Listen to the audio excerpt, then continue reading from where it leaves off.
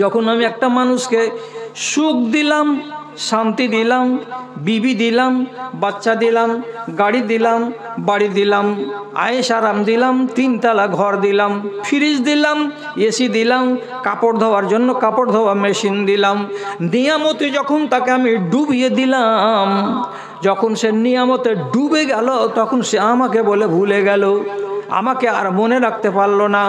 ঘরে যদি ঢুকছে তো পাকার বাড়ি আর সুন্দর সুন্দর বেসিন আর ঝলমলে টাইলসকে দেখছে আর মনে মনে বলছে বাহারে হামি। আল্লাহ আর নাই, ভুলে গেল। আমি আমার কথা বলিনি, কোরআনের কথা বলছি। তারপর আল্লাহ তাআলা কি বলছেন? ওয়াইজা মাসাহু শাররু ফাযু দুআইন আরিজ। যখনই কোনো বিপদ লেগে গেল, বড় অসুখ লেগে গেল, বড় মুসিবতে পড়ে গেল, তখন ওই লোকটা আবার কী করতে লাগলো? লম্বা লম্বা করে টান মেরে মেরে আল্লাহ রাব্বুল আলামিনের সামনে দোয়া করতে আরম্ভ করলো। যেমনি জানতে পারলো যে একটা কিডনি ফেল হয়ে গেছে, তখন পড়ে পড়ে মসজিদে, আল্লাহ তুমি আমাকে রহম করো, আল্লাহ তুমি আমার গুনাহ খাতা মাফ করো, এই করে করে শুধু আল্লাহ, শুধু আল্লাহ, শুধু মাফ দাও, শুধু মাপ দাও চালিয়ে যাচ্ছে। তো বিপদের বেলায় লম্বা দোয়া আর সুখের বেলায় আল্লাহকে ভুলে আল্লাহকে মনে রাখতে পারে না, এ মানুষগুলো আল্লাহ রাব্বুল আলামিনকে পছন্দ নয়। আল্লাহ মাপ দিও, নাম কহব না। আমাদের টোলাতে একটা মেয়ে ছেলে আছে, ওকে পর্দার কথা বলতে গেলে এই পর্দার কথা শুনলে হাত জি জ্বলে যায়। এটা একটা বলি, একটা মুসলমানের বেটির এটা হলো বলি। পর্দা বলতে গেলে হ্যাঁ জি জ্বলে যায়। তো জি জ্বলে যায়, তো দয়া করে একটু মেহরবানি করে ন্যাংটা হ্যাঁ ঘুরো না হারে টোলাতে একদিন। তোমার যখন পর্দাতে এত জ্বলন, তো ন্যাংটা হয়ে হাঁটো, ওটা করবে না। তো মাথাতে কাপড় দিবে না। এভাবে এভাবে দিন কাটছে। হঠাৎ করে একদিন আমার গীথানের কাছে এসে কইছে, হাজি মাসি একটা বেলে খুব কঠিন দুয়া আছে, ওই দুয়াটা যে মানুষ কহিবে তোমার ফজিলত বেলে আছে এই যে সকালবেলায় যদি বলে তো মগরব হইতে হইতে যদি ইয়ার মধ্যে মরে যায় তো জান্নাতি, আর মাগরিবের টাইমে যদি দুয়াটাকে কেউ বলে একবার আর ফজর হতে হতে আর মাঝখানে মরে যায় তাহলে ওই মেয়েটা, ওই লোকটা জান্নাতি। বলে এরকম দুয়া আছে একটা। তা আমার বাড়িওয়ালি হলো মুন্সি মানুষ, কেন যে ওর মদটা তো দুনিয়াতে ওয়াজ করে বেড়া, তো শুনে শুনে ও আধা মাওলানা। ও তখন বলছে হ্যাঁ দুয়া তো আছে। কি দুয়াটা, কি কহে ওটাকে? তো বলছে সাইয়্যিদুল ইস্তিগফার। পেশা নাকি কোনটা পাবো? যে দুয়ার বই আছে, আমি কিনে নেব এখানটা। কয় টাকা লাগবে? তো 60 টাকা। 60 টাকা দিয়ে এখানটা বই নিয়ে গেল, দুয়াটাকে চিহ্নিয়ে দেওয়া গেল। 1 থেকে 1.5 ঘন্টার ভিতরে দুয়াটাকে মুখস্থি করে এটা বলতে লাগলো। আমি তাজ্জব বনে যা বলছি, হ্যাঁ এই বেট ছেলেটা এত আবেদ কেন হয়ে গেল? এতকাল তো এরকম কথা বলছিল। বলছে কহিও না, এখন আর 7.5 মাস যেছে, 8 মাস পড়বে, মাস শেষ হবে না তার আগে ডাক্তারে ওকে ডেট দিয়ে দিয়েছে আর বাচ্চা হবে। আর দাদি এসে কহেছে গে নমাজ গেলা করিস, ছেলে হওয়া কথাটা সোজা কথা লয়, বাঁচতেও পারে মানুষ, মরে যেতে পারে, মরণের খালাই তো ভাই এটা। তো কথাটা কি ঝুঠা? একটা মেয়ে ছেলে বাচ্চা জন্ম দিতে গেলে কতখানি কষ্ট পেতে হয় আপনি বেটা ছেলে কি জানেন?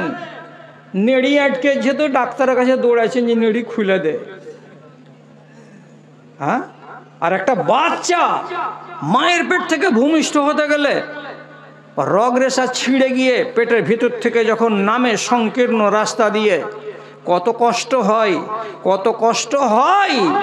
আল্লাহ মাপ দিও, মুখ দিয়ে বেরিয়ে যাচ্ছে আমার, আমি নিজের কানে শুনেছি আড়াল থেকে থেকে কোন নারী এমন কষ্টের জ্বালাই বলেছিল যে মাকে যদি বাঁচি তো জীবনে আর তোর জামাইয়ের কাছে যাব না। খেলাখান কতক্ষণ এসে বুঝতে পারছেন তো? জামাইয়ের কাছে গেছিলাম বলেই তো এই দুর্দশা। আর যাব না জিন্দগিতে, কেন যে যেতে গেলে আবার এই দুঃখ হবে। তো এই নারীকে তার দাদি বলেছে বাচ্চা হওয়া মানে মরণের বাড়ি থেকে বেরিয়ে আসা, তুই নমাজ রোজাগুলা করিস। এবার ছেলে হওয়ার ডরে নমাজ ধরেছে, তাও ভালো, নমাজখান যদি ঠিক যায় আলহামদুলিল্লাহ। কিন্তু ছেলে সোজা ঘাঁটা দিয়ে কি হবে, হসপিটালে পেট কেটে ছেলে হইয়া নিয়ে এলো। ও আর ইমান ঘুরে, ও তো রাস্তা পেয়ে গেল। ছেলে সোজা ঘাঁটায় যদি হয়তো হবে না, তো ফের পেট কেটে হবে। ও যে ছাড়লে তো ছাড়লে, এখনো ষাঁড় হয়ে ঘুরে পড়েছে। ও নমাজ রোজার ধার ধারে না, ওর গায়ে কোনোদিন কাপড় ঠিকঠাক ভাবে চড়বে না, এভাবেই দিন কাটছে। এই তোমার কেউ ওয়াজ করিনি গে, তোমরা গল্প করিও না। তবে একটা কথা খালি বলে দিছি, যেই মেয়ে ছেলের নাভির আশপাশ, গলার আশপাশ, পিঠের আশপাশ দেখা যাবে, ওই নারী প্রথম চান্সে আল্লাহর জান্নাতে হরগিজ যাবে না, হরগিজ যাবে না। কেন যে পরিষ্কারভাবে নবীজি হাদিসের ভেতরে বলেছেন, তিনটা লোক প্রথমে আল্লাহর জান্নাতে যাবে না, পরে যাবে 1 বছর 1.5 বছর ঘুষি ঘাটে ঘেঁটে টেটে যাবে। তার ভেতরে কে আছে? একটা মেয়ে ছেলে আছে, যেই মেয়ে ছেলে পর্দা করে না। পর্দার বড় দাম, ওদিক রেখে দাও, পর্দার ওয়াজ আমি করতে আসিনি। তাহলে আমার দেশে একগুলো লোক হয় বয়সকালে ইবাদত ধরবে, এটা হলো চিটিংবাজি, মরবার কালে, এটাই হলো ইমান, ফেরাউনের ইমান। আর না হয় যখন জেনে নিবে যে হ্যাঁ এখন আমার বয়স আছে আরো 30 বছর বাঁচার মতো, কিন্তু আমাকে এমন রোগ ধরেছে যে আমি বাঁচব না, তখন আল্লাহকে ঠেলায় পড়ে ধরবে। এই ঠেলায় পড়ে ধরাটাই হচ্ছে কি, এটা হচ্ছে ফেরাউনের ইমান। আবুল হাবের ইমান কেমন? এগুলাও তো ইমানদার আছে দেশে। হ্যাঁ আছে, খেয়াল করেন আমার কথার দিকে, ভালো লাগলে শুনেন আর একটা একটা করে পালান যাদেরকে ভালো লাগবে না। আবুল আহাবের বাড়িতে 2টা বেটি দিয়েছিলেন রাসূলুল্লাহ বিয়া। একটা জামাইয়ের নাম ওদওয়া, আর একটা নাম ওতাইবা। একটা বেটির নাম উম্মে কুলসুম, আর একটা বেটির নাম রুকাইয়া। 2 বেটির বিয়ে দিয়েছিলেন একই লোকের 2 বেটার সাথে। বিহাইর নাম কি? তো আবুল আহাব। কথা বুঝেন? রাসূলুল্লাহর বিহাইর নাম কি? আবুল আহাব। পাক্কা মুশরিক, পাক্কা দুশমনে ইসলাম। তখন ইসলামের যুগ ছিল না, জাহেলিয়াতের যুগ। রাসূলুল্লাহ দুশমনের 2 বেটার সঙ্গে বিয়ে দিয়ে দিয়েছিলেন। কার? 2 বেটির। একটা সূরা নাজিল হলো, সূরাটার নাম তাব্বাত ইয়াদা, সূরা তাব্বাত। ওতে কার নাম আছে গোড়াখানে? তাব্বাত ইয়াদা আবি লাহাব। তার নাম আছে বিহাইর। তো বিহাইর নাম কি ভালো হয়েছে? আল্লাহ তাআলা বলেছে আবুল আহাবের 2খানা হাত মাটিতে মিশে যাক। তো কঠিন কথা। যখন এইরকম কঠিন বাক্য কোরআন মাজিদে নাজিল হলো, কিছু লোক যে বলল, জানিস তোর নামে কি সূরা এসছে? যে এই সূরা এসছে। হ্যাঁ, মুহাম্মাদের এইরকম সূরা বলছে, আর আমার নামে এইরকম সূরা নাজিল হয়েছে। থামতে না পেরে রাগকে লাল লাল চোখ করে আর চেহারা করে বাড়িতে যেয়ে নিজের 2টা বেটাকে সামনে ডেকে দিয়ে বলছে, এই আমার মাথা তোদের উপরে হারাম। আমার মাথা হারাম মানে কি? আমি তোদের উপরে হারাম। যদি তোরা আমার কথা শুনিস তাহলে ঠিক আছে, আর যদি আমার কথা না শুনবি তো আমি তোদের উপরে হারাম। আমার সাথে তোদের কোনো লেনা দেনা নাই। 2টাই বেটা কইছে, হাজি বাজান তুমি মক্কা নগরের নেতা, আর তোমার মতো বড় মানুষটা আমাদের বাপ, আর তোমার কথা শুনবো না তো গাঁওয়ালার কথা শুনবো? কি বলছো? আবুল আহাব বলছে, দুশমনের 2টো বেটি আমার বাড়িতে আছে, বেটি 2টোকে বিদায় করে দিতে হবে। এক্ষুনি বিদায় করে দে, তালাক দিয়ে দে, একটাও বেটিকে রাখা চলবে না। করেন তো কোথাকার রাগ কোথায় গিয়ে ঝাড়তে লাগলো। দুই বেটা, বাপের ফরমা বারদার। এবার বলছি এটা সহজ কথা, দুশ্মনের বেটিকে বাড়তে রাখবো না, এটাই তো ঠিক আছে, তালাক দিয়ে দিছি। তো যেটা বেটার নাম ওতবা, ও তখন ঘটনা শুনলো, আর শোনার পরে এক পা দুপা করে যেতে যেতে যেতে যেতে রসুলুল্লাহর কাছে গেল। আর রসুলুল্লাহর কাছে যে শ্বশুর আর জামাই মুখামুখি হয়ে দাঁড়িয়ে তারপরে বলছে, এই তোমার উপরে কোনো সুর আসছে? বলছে হ্যাঁ রে বাবা আসছে। তো সুরার গোড়াখানে কি আমার বাপের নাম আছে? বলছে হ্যাঁ আছে, তোমার বাপের নাম কি লেখা আছে অতি? বলছে তাব্বাত ইয়াদা আবি লাহাবিন ওয়া তাব। কিন্তু আরবি বুঝা লোক সব। আর যেমন এই কথাটা শোনা, থামতে না পারে রাগের জ্বালাতে, আমার নবী যে সামনে যে মুখামুখি দাঁড়িয়েছিলেন, নবীজির মুখের উপরে থু করে এ দুশ্মনের বাচ্চা থুতু নিক্ষেপ করে দিল। আর দেওয়ার পরে বলছে, তোর বেটিকে আমি তালাক দিয়ে দিয়েছি, আমার বাড়ি থেকে বেটিকে নিজের বাড়ি নিয়ে যা। আহারে, দুটা বেটি তালাক একই দিনে। রসুলের তালাক পাওয়াটাতে যা কষ্ট হলো, বয়সে অর্ধেক, আর এমন ছেলে আমার মুখের উপরে এইভাবে থুথু নিক্ষেপ করে দিল, তাতে সম্পর্কে তুমি জামাই। রসুল্লাহ খুব দুঃখ পেলেন। তখন করলেন কি, আল্লাহ পাকের নবী রাগ সামলাতে না পেরে সাথে সাথে বলছেন, আল্লাহুম্মা সাল্লিত আলাইহি কালবান মিন খেলাবেকা। এ পরওয়ারদিগার, তোমার দুনিয়াতে অনেক চার পায়ের কুকুর আছে, নেকড়ে বাঘ আছে, শিয়াল আছে, এইরকম হাজার হাজার নেকড়ে বাঘের মধ্য থেকে বা একটা কুকুরের মধ্য থেকে কোনো একটা কুকুরকে তার পাশে লাগিয়ে দিও, যেন এই কুকুরটা এই কুকুরের জীবনটাকে নাশ করে দেয়। চালা করেন, বুঝতে পারলেন কথা? ওদের লোকটি বুঝতে পারলেন কথা? এমনি করেন না জি। কি বললে? তোমার দুনিয়াতে অনেক কুকুর আছে, কোনো একটা কুকুরকে দিয়ে তুমি এই জানোয়ারের কাজ সমাপ্ত করে দিও, আল্লাহ এর পাশে লাগিয়ে দিও, কুকুরে কামড়িয়ে এই জানোয়ারকে শেষ করে দেবে। কে বদদুয়া দিলেন? রসুল্লাহ। কানে শুনলো দাঁড়িয়ে দাঁড়িয়ে, কে? তো এটা জামাই। বাড়ি গেল যে বাপকে বসে, বাজান মুখে থুতু চালিয়ে দিয়েছি, আর ঝেড়ে আছে 5টা কথাও বলে দিয়েছি, বাপ কালামে এমন কথা কোনোদিন শুনিনি ও। তারপর কি হলো রে বেটা? বাপ খুশি। কি হলো রে বেটা? কইছে ও তখন রাগের জ্বালাতে একটা কথা আমাকে শুনিয়ে দিয়েছে, আমিও শুননু, আর আমি আপনার চলে আইনু এখান থেকে টান টান করে হাঁটতে হাঁটতে। কি কহেছে রে? কহা কথাটা তোকে কি মুশকিল লাগছে আরবি ভাষা কইতে? বলছে বাজান, আমি যখন মুখটাতে থুথু চালিয়ে দিলাম, তখন আমাকে আমার শ্বশুর বলছে, আল্লাহুম্মা সাল্লিত আলাইহি কালবান মিন খেলাবেকা। আর যেমন কথাটা বলা, আবু লাহাব কপালে হাত দিয়ে বলছে, সত্যানাশ হো গয়া, সত্যানাশ হো গয়া। বাজান কি হলো? কি হলো? কি হলো? ইন্নি আসাদুন নাসে মুখাফাতান আলাইকা লে দুআইন নবিয়ে। আমি যত ভয় করি তোমাকে নিয়ে, নবীজির বদদুয়ার কারণে পৃথিবীতে এত ভয় কেউ করে না। বেটা কোন কাজ হলো রে? এমন কথা বলে দিয়েছে তোকে? বলছে হ্যাঁ। ধর ওলা কি কইছো তুমি যে? ওলা কত কথা শুনলো আর কত কথা গেল।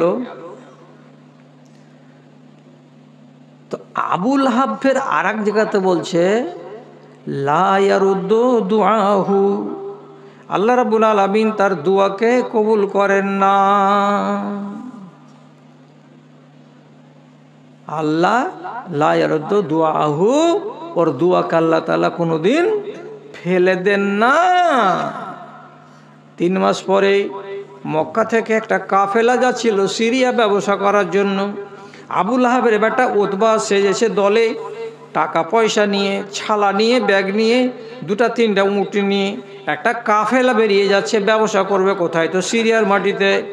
সিরিয়ার মাটিতে যখন 15 জন লোক একসঙ্গে রওনা দিয়েছে, তখন ওই জায়গাতে নেতা আবু লাহাব সামনে খাড় হয়ে বলছে, ওরে আমার 15টা ধন, তোরা আমার মক্কার ধন, তোরা একসঙ্গে বন্ধু মিলে ব্যবসা করতে যাবে সিরিয়ায়, তো খবরদার একটা কথা মনে রাখিস রে বাবারা, আমার বেটা উতবাকে তোরা জীবনে কোনো দিন রাস্তায় কোনো জায়গায় কিনারায় ঘুমাতে দিবি না, তোরা চারিদিকে গোল হয়ে ঘুমাবি আর মাঝখানে আমার বেটা উতবাকে ঘুমাবার ব্যবস্থা করে দিবি।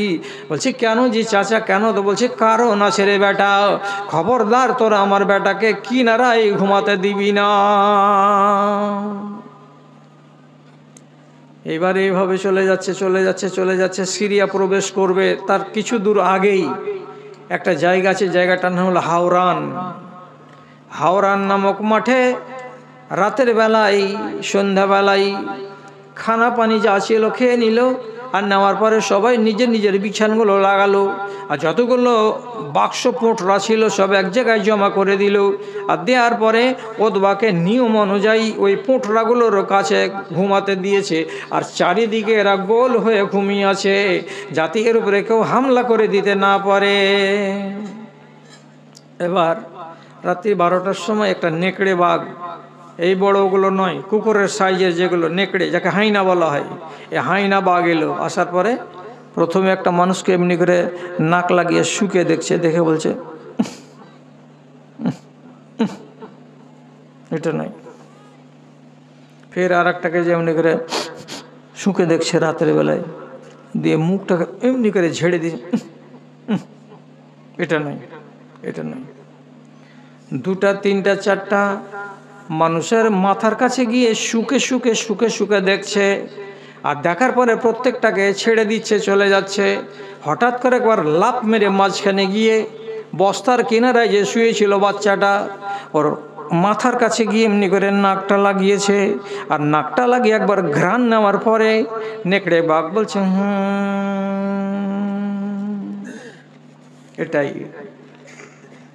এটাই ওই জায়গাতে এতটি লোকের পহারাদারের মাঝখানে রাত্রি 12টা 1টার সময় নেকড়ে বাঘ তার গলাকে কামড়ে দিল, এমন করে কামড়ে দিল যে লুহুলহান করে দিল, এমন করে লুহুলহান করলো যে ওইখানে বাপ বলার টাইম পেল না।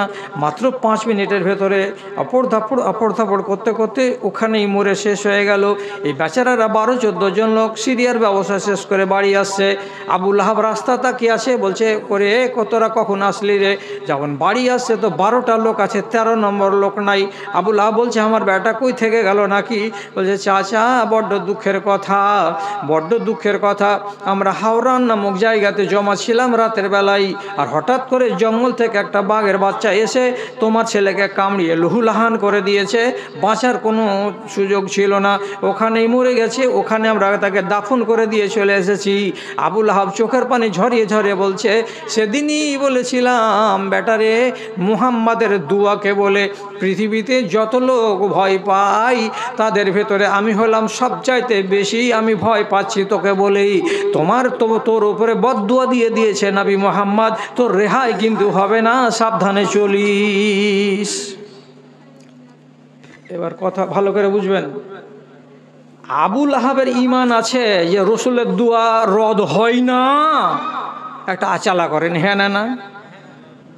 আবু লাহাবের বিশ্বাস আছে যে হ্যাঁ, তাহলে রসুলুল্লাহর দোয়া রদ হয় না, আল্লাহ তাআলা ফেলে দেয় না, এত জবরদস্ত নবী, এ কথাটা মুশরিক যখন বিশ্বাস করছে, তখন এই গর্ধবের ওই নবীটাকে মেনে নিতে কি হচ্ছে? প্রশ্ন জাগে না মনে? মেনে গেলে নিস না রে বেকুব, এত সত্য নবীটাকে, ন্যায্য নবীটাকে তোর চোখের সামনে স্পষ্ট প্রমাণ পাওয়া যাচ্ছে, তো তারপরে তাকে নবী বলে মানছিস না কেন? তো ওর ঈমানটা কেমন? তো আপনি মালো না তো? হ্যাঁ আলহামদুলিল্লাহ। ওর ঈমান কেমন আমি বলবো না, কোরআন বলছে লাইন সাআলতাহুম মান খালাকাস সামাওয়াতি ওয়াল আরযা লা ইয়াকুলুনা আল্লাহ। এই মুশরিকগুলোকে যদি তুমি জিজ্ঞেস করে বলো আসমান জমিনকে কে তৈরি করেছে, এই বলো তো, আবু লাহাব বলো, উতবা বলো, শাইবা বলো, তোমরা সবাই মিলে বলো তো আসমান জমিনকে কে তৈরি করেছে? আল্লাহ তাআলা নিজে বলছেন সবাই মিলে ওরা বলবে লা ইয়াকুলুন্নাল্লাহ, নিশ্চয় আল্লাহ রাব্বুল আলামিন আসমান বানিয়েছেন এবং জমিনকে বানিয়েছেন। এটা ঠিক কথা না বেঠিক কথা? ঠিক। তাহলে এই যে ঠিক কথা বলছে, আসমানের মালিক বানানেওয়ালাকে খালেক তো আল্লাহ, জমিনকে বানানেওয়ালাকে তো আল্লাহ। তো এত সত্য কথা বলে সাক্ষী দিচ্ছে কারা? মক্কার মুশরিকরা। তো বাকি কথাগুলো কেন মানিস না? বলছি এটাই তো দোষ। এবারে এখন যদি বলি যে একটা লোক আছে এই গ্রামে, 30 বছর পার হয়ে গেল, 3 ছেলের বাপ, এখনো দাড়িকে রোজ ঝুড়ছে। আচ্ছা, রোজ যদি দাড়ি কামাও এতে ইজ্জত বাড়ে না কমে? যদি বলে যে বাড়ে, খালি প্রমাণ করে দাও যে হ্যাঁ বাড়ে। কাল যদি কুমারগঞ্জ স্টেশনে দাড়ি কামিয়ে আমি এসে না দেখাই তো পরে কহিও। আমিও তো ইজ্জত চাচ্ছি। দাড়ি কামাতে গেলে ইজ্জত বাড়ে না কমে? আমি জোরের সঙ্গে বলছি সুন্নাতকে জবা করতে গেলে ইজ্জত কমবে। তো তুমি তো জানো যে এটা রাসূলুল্লাহর সুন্নাত। তো সুন্নাত জানার পরে আজ পর্যন্ত কামডোলের গায়ে কেন 30টা লোক 30 বছর বয়স হয়ে গেছে তারা চেহারাতে দাড়ি রাখতে পারলো না, অথচ তার মগজে কথাটা আছে? তো তাহলে ওর ইমান আর আবুল হাবের ইমানে তফাৎটা কোথায়? আপনি জবাব দেন আমাকে, ওয়াজ করে ছেড়ে দিচ্ছি আমি। কি বলেছিলাম গোড়াতে? 3 রকমের ইমান দেখতে পাচ্ছি দেশে, 3 রকমের। ওরে নাদান মুসলমান, ওরে নাদান মুসলমান, তোরা কেন বুঝিস না রে? খোদার রশি শক্ত হাতে কেন ধরিস না রে? তোরা কেন ধরিস না রে? মাস গেল তোর বছর গেল আর কি আছে বাকি? সবাই তোরা বল না এসে নমাজ ধরেছি, আমরা রোজা ধরেছি। খোদা তোদের রহম করে কেন কিছুই বলিস না রে? ওরে নাদান মুসলমান, তোরা কেন বুঝিস না রে? খোদার রশি শক্ত হাতে কেন ধরিস না রে? তোরা কেন ধরিস না রে? একগুলো লোকের ইমান হলো ইবলিসের ইমান। ইবলিসকে শয়তানের নাম। তো বরফের ইমান আছে নাকি? তো আপনি কি কইছেন?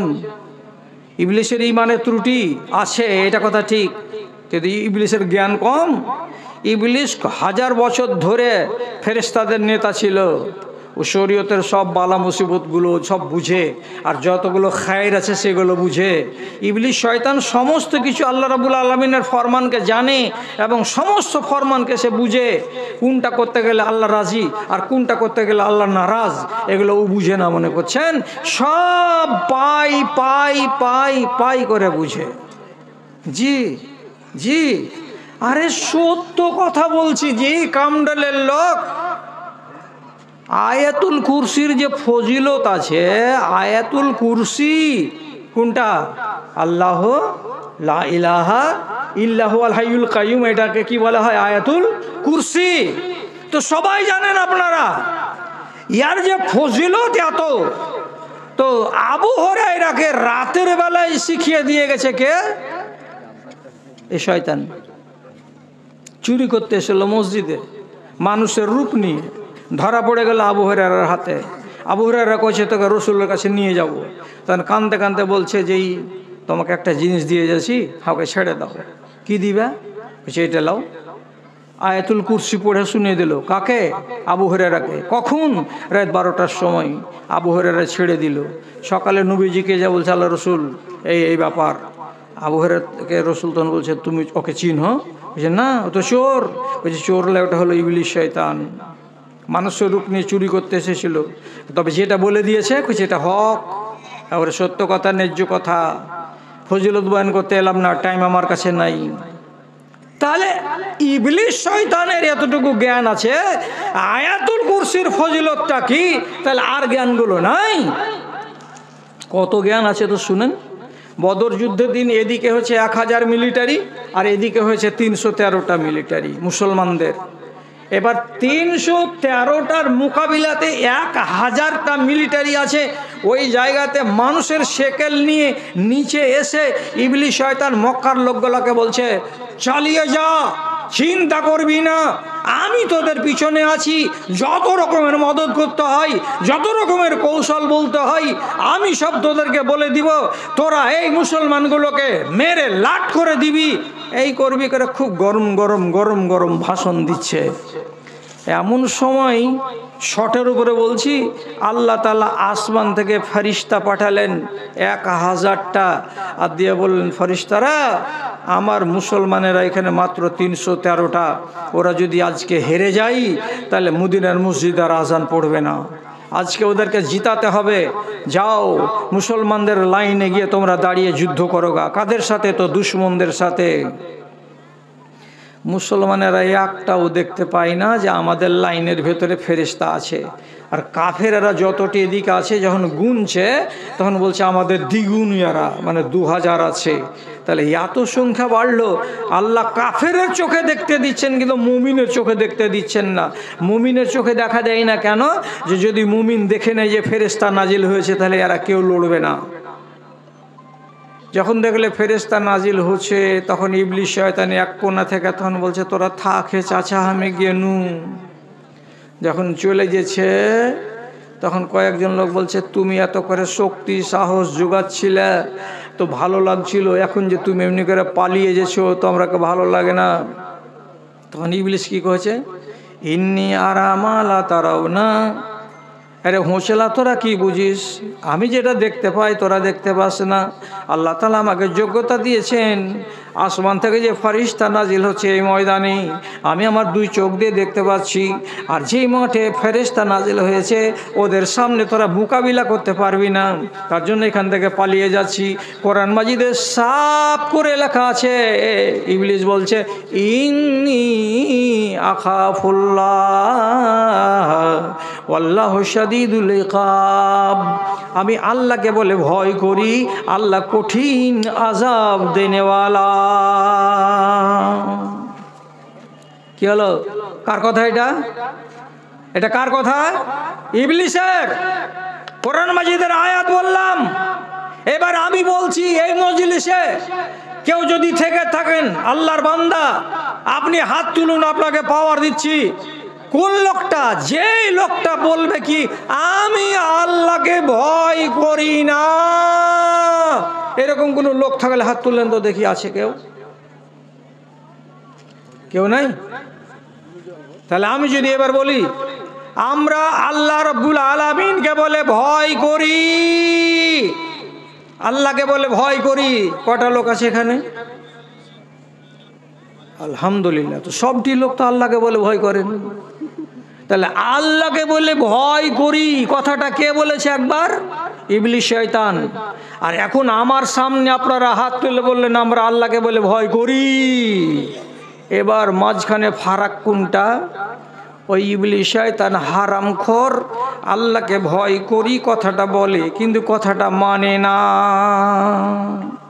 এবার যতটি মুসলমান কামডোল গ্রামের হাত তুলে প্রমাণ করে দিয়ে বলছে আমরা আল্লাহকে বলে ভয় করি, এই লোকগুলো যদি সত্যিকারই ভয় করে তাহলে এরা আগামীকাল থেকে মদ খাবে না, আর আগামীকাল থেকে তিরঙ্গা খাবে না, আর আগামীকাল থেকে গুটকা খাবে না, আগামীকাল থেকে এই লোকগুলো বিয়ে করতে গেলে শ্বশুরের কাছে 1 লক্ষ টাকা গুনে নিবে না, আগামীকাল থেকে এরা যদি ফোন করবে তো হোয়াটসঅ্যাপের ভিতরে কোনো বেটি ছেলেকে নিয়ে চ্যাটিং করবে না, আগামীকাল থেকে এই মেয়ে ছেলেগুলো স্কুল যদি যায় কলেজে যদি যায় তাহলে এরা কোনোদিন বেপরদা হয়ে যাবে না। কথা ঠিক কি না? যদি কথাটা ঠিক হয়ে যায় তাহলে তো ইবলিস থেকে আলাদা। আর যদি ওয়াজ শোনার পরে ফের সকালবেলা দেখতে পাই চোখ করে বিড়ি টানছেন আর সিগারেট টানছেন আর আজান হয়ে যাচ্ছে, চায়ের দোকানে আপনি বসে আছেন, বেঞ্চ থেকে উঠছেন না, আপনার পাছাটা মাগরিবের আজান পড়ে যাচ্ছে, আপনি আমতলাকে আবাদ করে রেখেছেন, আল্লাহর মসজিদ দূর থেকে কাঁদছে আর গিন গিন গিন গিন করে আপনার কাছে আহাজারি করছে, যদি এটাই দেখতে পাওয়া যায় তাহলে পরিষ্কার ভাষাতে বলছি আপনার ঈমান হচ্ছে ইবলিস শয়তানের ঈমান। বুঝাতে পারলাম কি না? ইমানকে নিয়ে চিন্তা করেন না জি দাদা, একবার আমার ইমানটা কেমন আছে একবার ভাবতে হবে না?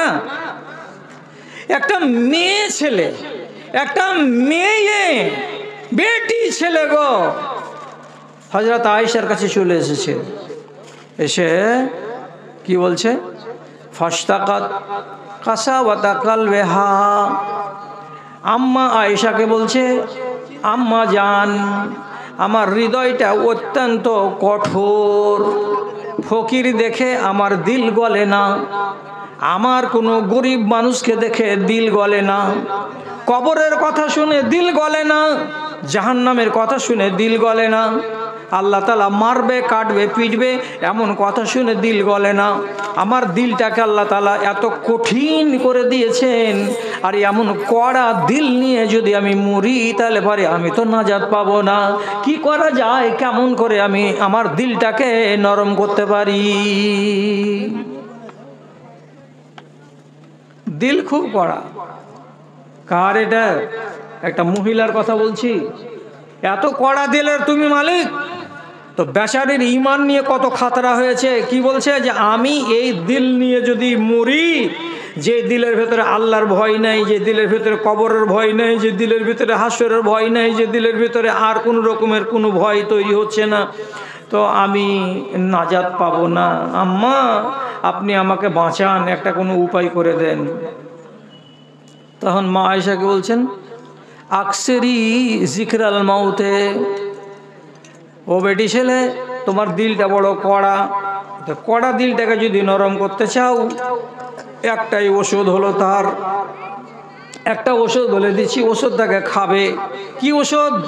ওষুধটা বলছেন কি, যত পারো সারা দিনে আর রাতের ভেতরে কবরকে বলে স্মরণ করো, কবরকে বলে স্মরণ করো, মরণকে বলে স্মরণ করো, মরণকে বলে স্মরণ করো। এই মরণকে যদি বেশি বেশি করে স্মরণ করা যায় তো দিলটা নরম হয়। তো বলছে মরণকে স্মরণ করলাম, তো মরণকে স্মরণ করলাম, মরণকে স্মরণ করলাম, তো দিল নরম হবে? ওরম করে নয়। তো কেমন করে হবে? তোর মার একটা, তোর মরা মায়ের একটা লাখ মাছি ভাগে পেয়েছি? হ্যাঁ পেয়েছি। পেয়েছি? পেয়েছি। নাক মাছিটাকে হাতে কর। এই থাম না রে, ছোড়া, এই কাজ হয়ে গেছে, তখন এবারে মাস্তানি শুরু করে দিলি যায়। নাক মাছিটাকে হাতে করো। এই এই কামডোলের ই খালাগুলো কথাটা শুনো, তোমাকে দিল যত কড়া করেছে আল্লাহ তাআলা, এক রাত তোমাদের পাশে ওয়াজ করতে গেলে তো সোজা করা যাবে না। তো বলছে তোমার মায়ের দেওয়া একটা নাক মাছি ভাগে পেয়েছো? বলছে হ্যাঁ পেয়েছি। নাক মাছিটাকে হাতে করো, করার পরে 3-4টা প্রশ্ন করো। আহারে এই নাক মাছিটা আমার মায়ের নাকে কত সুন্দর লাগতো, আজ আমার মা নাই, কবরে চলে গেছে। কবর বলে মনে এলো? হ্যাঁ এলো। আর একবার তুমি মনে মনে করো কি, 2-3 মাস হয়ে গেল মার কবরের দিকে যাইনি। বাড়ির কাছে যদি কবর থাকে তো মার কবরের কাছে যাও, আর মায়ের কবরটার কাছে গিয়ে দেখো, যদি মাঝখানে ভুঁসড়ে পড়ে যেয়ে থাকে তো 4বার করে মনে মনে সওয়াল করো কি, ওরে আল্লাহ আমার বুকের উপরে যদি 5 কেজি একটা কোনো জিনিস চাপিয়ে দেয় তা আমার শ্বাস ফুলতে লাগে, আর আমার মার কবরের উপরে এই 1 মণ মাটি চেপে বসে আছে, আমার মা যে কত কষ্ট পাচ্ছে আল্লাহ জি, একবার দেখাই। এর নাম কি? তো মরণ। আর কেমন করে করব? আমার দাদিও মরে গেছে, আমার দাদির মরা 12 বছর হলো, আমার মা মরে গেছে, আমার মার আষাঢ় মাস আসতে গেলে 3 বছর হয়ে যাবে। আমার মা এমনি হয়ে মরেছিল, আমার মা মরবার কালে আমাকে এই কথাটা বলেছিল। এইগুলো কথাকে মগজে জাগাও, আর জাগাতে জাগাতে জাগাতে জাগাতে তোমার মায়ের যদি ছেড়ে যাওয়া কোনো কাপড় থাকে, কোনো সায়া থাকে, ব্লাউজ থাকে, শাড়ি থাকে, তো শাড়িটাকে আলমারি থেকে বাহির করো, আর করার পরে শাড়িখানকে একবার করে উল্টাও আর পাল্টাও আর দেখো আর বলো, মা তুই এই শাড়ি বাড়িখানা ছেড়ে কোথায় চলে গেছিস, কে তোকে আলাদা করে দিয়েছে?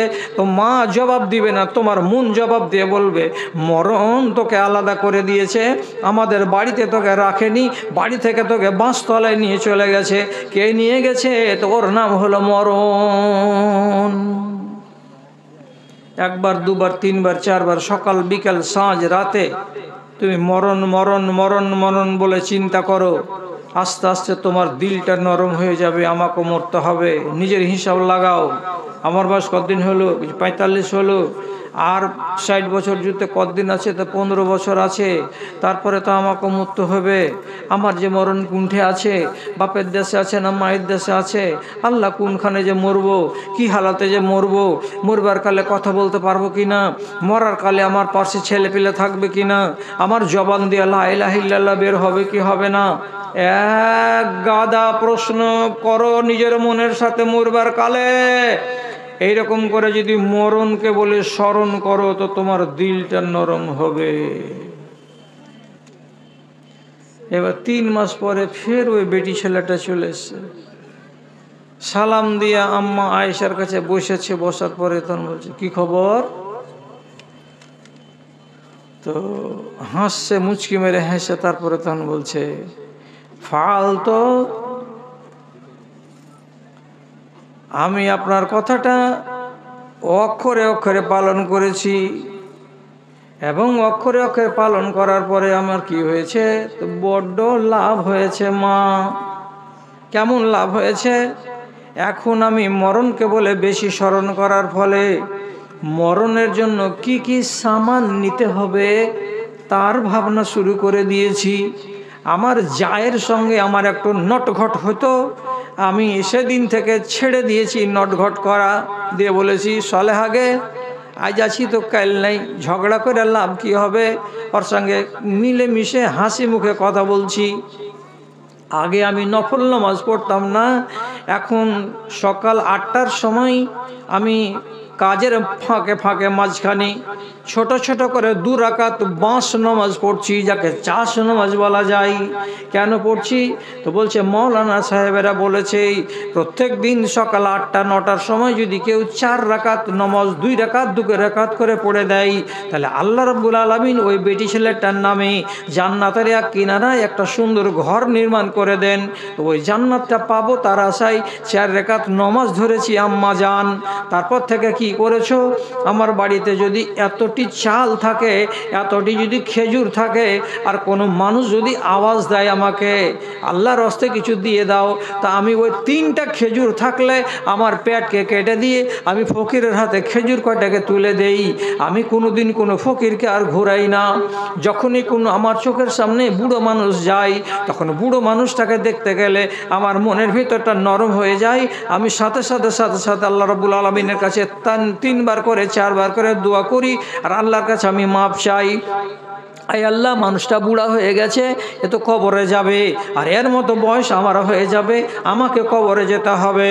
তো বুড়া মানুষ দেখতে গেলে আমার ইমান তাজা হয়ে যায়।